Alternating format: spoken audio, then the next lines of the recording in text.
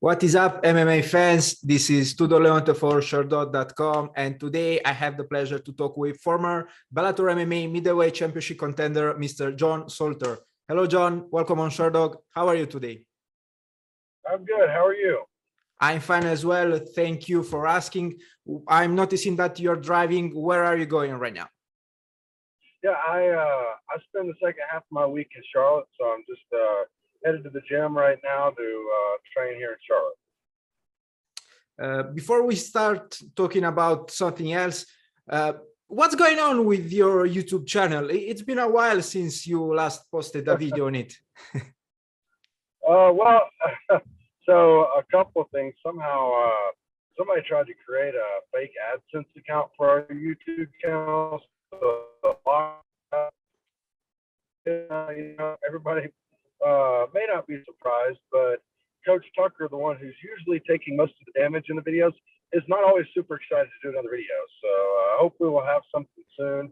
You asking helps, so I'll let him know that people need to see, and we'll try to get something going soon. Okay, sorry, I lost you for a little bit at the beginning of your answer. Could you please repeat just the first part of it? Okay. Yeah. So one of the problems that we've had with it is somebody tried to create a fake AdSense account for it, and so it locked that up. So that's been an issue. But the main thing is we got to get Coach Tucker. I need more people asking about, so we can get him to make another video for us. Okay. I hope fans will let him know. You are coming off a defeat at the hands of Gegard Mousasi. May I ask you what did go wrong that night? I felt great for the first round. Went back to the corner feeling good, and came out in the second round, and he just made some adjustments. He's such a good. He's so good everywhere, but he's so good at making mid-fight adjustments, kind of take away something that you have. And it seems like everything works once on him, and then it doesn't work again. And that's really, I would say, it got into my head a lot. When I came out in the second round, he was moving a little different, and it really got in my head. I got that takedown in the second round, and I really, rather than just staying calm like I normally do there, I kind of got in panic mode of I don't know if I can take him down again, and I got too desperate. Ended up on bottom in the second round, and then third round really came out desperate and thought maybe I could pull a half guard, look for a sweep, and just ended up in a bad spot. And he's too good to end up in a bad spot with. Have you watched Mousasi's fight with Austin Vanderford at Bellator Dublin? Yes, I saw that, and I thought that Vanderford might be able to put him on his back in the first round and give him some trouble for a round. But I think Mousasi kind of just wasn't too worried about that, and was able to come out hard against him, and really just never became a fight. You are now set to fight with Johnny Eblen on March the 12th. Your opponent seems to be unstoppable so far. He has a 10-0 record. How do you prepare to stop someone who hasn't lost yet?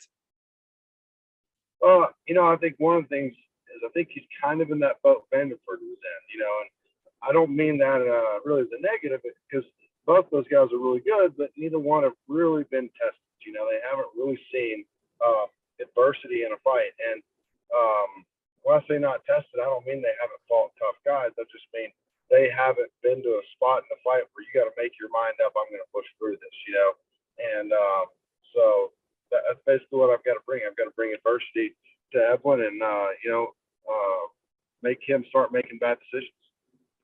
Who have you been training with for this fight?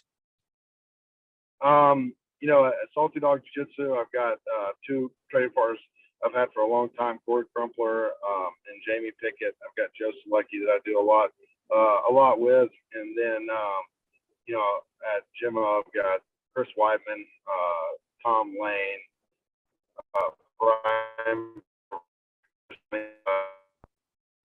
and just several other guys, but I'd say that's most of my main sparring and training partners. How was it for you to train with Chris Weidman? That's great. You know, he was, you know, the idea was he's going to be a big part of my camp for Mousasi, and obviously he had that injury right about the time I was starting that camp.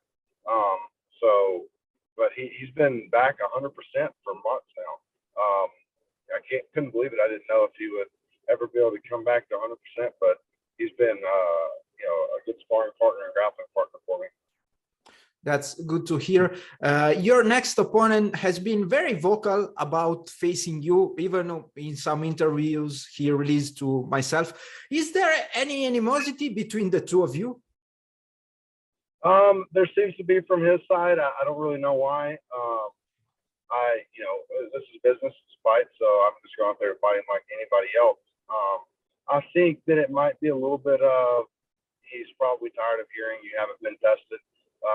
You know, and he's wanting to fight somebody at the top of the division to solidify himself as, you know, a legitimate contender. So it makes sense that that's what he wants to do. But it's the fight I actually asked for to fight him in December, and that didn't work out. So you know, now it's time for both to fight each other. I think it's perfect timing for that. It's going to be a good fight. I agree with you on that.